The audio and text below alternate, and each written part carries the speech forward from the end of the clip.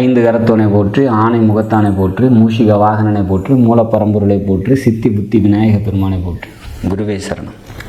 இணையத்தால் இணைய விதைகளுக்கு வணக்கம். இது மே மாத ராசி பலன். மே மாதம் கும்பராசிக்கு எப்படி இருக்க போகுது அப்படிங்கிறத பார்க்கலாம். அதுக்கு முன்னாடி இந்த மே மாதத்தில் வரக்கூடிய முக்கிய விசேஷ தினங்கள் என்ன அப்படிங்கிறத பார்க்கலாம். மே 4ஆம் தேதி அக்னி நட்சத்திரம் ஆரம்பம். அதுக்கப்புறம் சுப நிகழ்வுகளை செய்வது தவிர்க்கிறது நல்லது. 10ஆம் தேதி அக்ஷய திருதியை, சித்திரை மாதமும் திருதியை தேதியும் சேர்ந்த நாள் அக்ஷய திருதியை சொல்லப்படுது. அன்றைய செய்யக்கூடிய நன்மைகள் தான தர்மங்கள் பல மடங்கு பெருகும் அப்படிங்கிற மாதிரியான ஒரு அமைப்பு. 22ஆம் தேதி நரசிம்மர் ஜெயந்தி. அன்றைய தினம் நரசிம்மர் வழிபாடு பண்ணுவது சிறப்பை தரும். குறிப்பாக பவகரணத்தில் பிறந்தவங்க கஸ்தூரி மஞ்சள் வாங்கி கொடுத்து அபிஷேகத்துக்கு கொடுத்து நரசிம்மர் வழிபாடு பண்ணுவது சிறப்பு. 22ஆம் தேதி வைகாசி விசாகம், முருக கடவுளோட வழிபாடு சிறப்பை தரும். 23ஆம் தேதி புத்த பூர்ணிமா, சிவன் வழிபாடு மன நிம்மதியும் நிறைவையும் தரும். 28ஆம் தேதி அக்னி நட்சத்திரம் நிவர்த்தி. இதுக்கப்புறம் சுப நிகழ்வுகளை செஞ்சுக்கலாம். சரி, எப்படி இருக்க போகுது இந்த மாதம் அப்படின்னா, ராசிநாதன் ராசிலே இருக்கார் அப்படிங்கிறது ஜென்ம சனி. படாத பாடு, அலைச்சல், மன உளைச்சல், கஷ்டம், வேலையில் சிரமம், பொருளாதார நெருக்கடி, இதெல்லாம் இன்பில்ட்டாக அங்கே இருக்கக்கூடிய ஒரு அமைப்பு. தசாபுத்தி நல்லா இருக்குது அப்படிங்கும்போது இதெல்லாம் மாறுபடும்.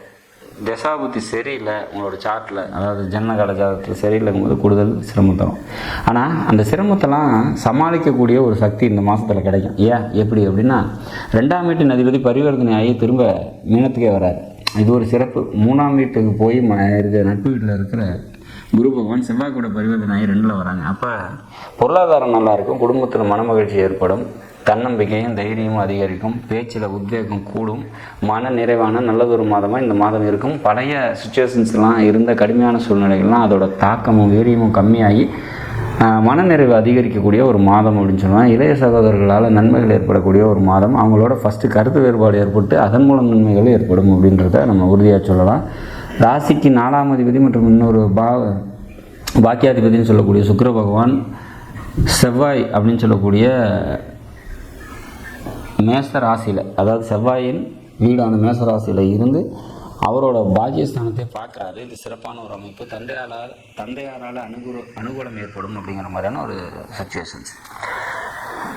5ஆம் வீட்டின் அதிபதி அப்படின்னு சொல்லக்கூடிய புதன் பகவான் 2ல் நீச்ச நிலையில் இருக்கார். பரிவர்த்தனையாகி அந்த வீட்டின் அதிபதி அங்கேயே வர்றதுனால அப்போ மனதில் எழக்கூடிய ஆசைகள் நிறைவேறும், குலதெய்வ அனுகூலம் கிடைக்கும், குழந்தைகளால் நன்மைகள் ஏற்படும்.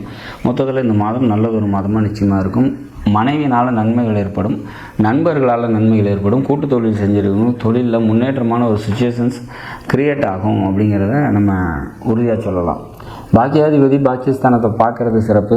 வெளியூர் பயணத்துக்காக காத்திருக்கிறீங்க அல்லது ப்ரொமோஷன்ஸுக்காக காத்திருக்கீங்க அப்படின்னா அதெல்லாம் கைகூடி வரதுக்கான வாய்ப்புகள் உண்டு அப்படிங்கிறத சொல்லலாம். சொந்த தொழில் செஞ்சிட்ருக்கவங்களுக்கு தொழில் முன்னேற்றம் அடையும். ஒரு சில தடைகள் இருந்தாலும் அந்த தடைகள்லாம் நன்மைக்காக மாறும். லாபாதிபதி ஆட்சி பெறாரு, நண்பர்களால் நன்மைகள் ஏற்படும், பொருளாதாரம் நல்லாயிருக்கும். மொத்தத்தில் இந்த மாதம் பார்த்திங்கன்னா மிக சிறப்பான ஒரு மாதம், பொருளாதார முன்னேற்றத்தை தரக்கூடிய நல்ல ஒரு மாதமாக நிச்சயமாக கும்பராசிக்கு இருக்கும். இந்த மாதத்தை பொறுத்த வரைக்கும் ஊர் எல்லையில் இருக்கக்கூடிய காவல் தெய்வ வழிபாடு உங்களுக்கு மேலும் நன்மைகளை தரும்.